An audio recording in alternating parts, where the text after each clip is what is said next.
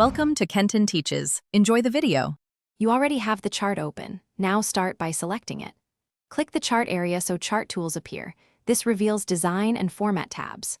Once selected, click the chart elements plus icon or go to chart tools, add chart element to find grid lines. You're doing this because grid lines are controlled as a chart element. Removing them keeps the data visible without visual clutter. Make sure to select the correct chart series if multiple charts exist. Verify you clicked the intended one.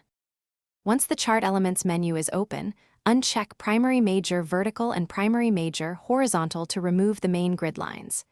If you prefer a targeted approach, right-click an individual grid line on the chart and choose Delete. This removes only that line, which is helpful for custom layouts. Alternatively, use the ribbon.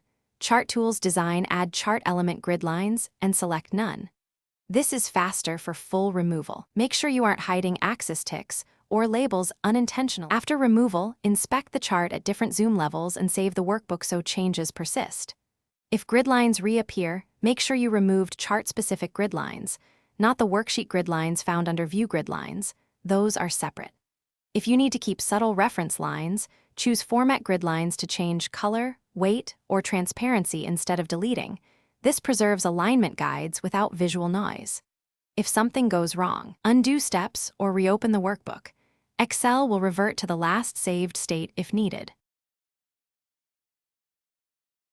Thanks for watching. Please subscribe if this video was helpful.